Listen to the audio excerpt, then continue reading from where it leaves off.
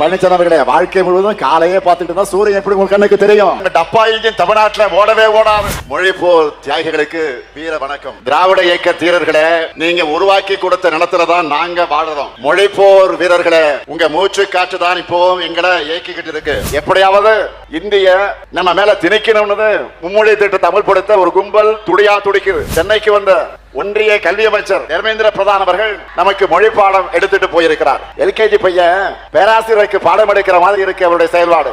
3000, 5000, 10,000 கோடி கொடுத்தாலும் மும்மொழி திட்டத்தை இறக்க மாட்டோம்னு சொன்னவன் தான் இந்த முத்துவேல் கருணாநிதி ஸ்டாலின். பணத்தையும் அதிகாரத்தையும் காட்டி மிரட்டினா நாங்க பணிஞ்சு போக நாம என்ன அடிமைகளா? இந்தி என்பது வெறும் மொழி திணிப்பு மட்டுமல்ல, அது பண்பாட்டு படையெடுப்பு. நாம பார்க்காத படையெடுப்பா?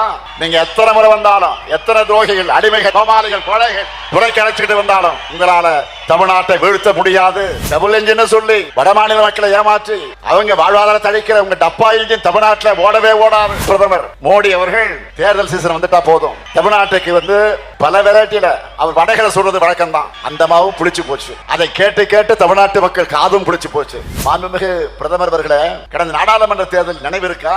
உங்களுக்கு ஒரு தொகுதி கூட கிடைக்கவில்லை. உங்க பக்கத்துல ஒருத்தர் உட்கார்ந்து இருந்தாரு, அவர் என்ன வெறும் பழனிசாமி நினைச்சிட்டீங்களா? சாதா பழனிசாமி அல்ல, தி கிரேட் 10 தோல்வி பழனிசாமி. 2019 இருந்து எல்லா தேர்தலையும் தோல்வியை தவிர எதுவும் காணாத மாவீரர். இப்படி ஒரு ஃபெயிலியர் கும்பல சேர்ந்து கொள்கையால இணைந்திருக்கக்கூடிய திமுக கூட்டணி வீழ்த்த போறாங்களாம். இதை எப்படி பிரதமரால் சிரிக்காம சொல்ல முடியுது? நல்லா கவனிங்க.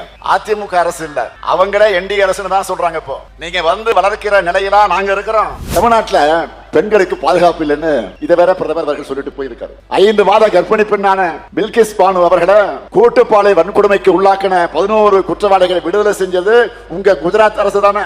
நீங்க பெண்கள் பாதுகாப்பு பத்தி பேசலாமா?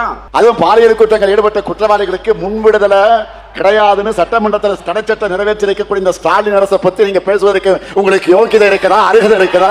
மோடி அவர்கள் இந்த மண்ணுல கால் வச்சதுமே உதயசூரியனை மறைஞ்சிருச்சான், மழை வந்துருச்சான். சொல்றது யாரு? நம்ம பழனிசாமி. பழனிசாமி அவர்களே, வாழ்க்கை முழுவதும் காலையே பார்த்துட்டு தான் சூரியன் எப்படி உங்க கண்ணுக்கு தெரியும். ஒரு முறை தலை நிமிர்ந்து பாருங்க, அப்பதான் சூரியனோட இருப்பும் பவரும் உங்களுக்கு தெரியும். பாஜகவோட ஏவல் படையா செயல்படுகிற புறநானூறு அமைப்புகளை வச்சுக்கிட்டு திமுகவை மிரட்டி பார்க்கலாம், பணிய வைக்கலாம் நினைச்சா மக்களுடைய ஆதரவோடு அதை எதிர்கொள்கிற உறுதி திமுகவுக்கு இருக்கு. நாங்க பணிய மாட்டோம், துணிஞ்சு ஒரு கை பார்ப்போம். பேரறிஞரை தந்த அண்ணாவின் காஞ்சியில இருந்து நான் உறுதியாக சொல்லுகிறேன், டெல்லியின் ஆதிக்கத்திற்கு தமிழ்நாடு என்றொக்கும் தலை குனியாது. தீ பரவட்டும், வெல்வோம் ஒன்றாக.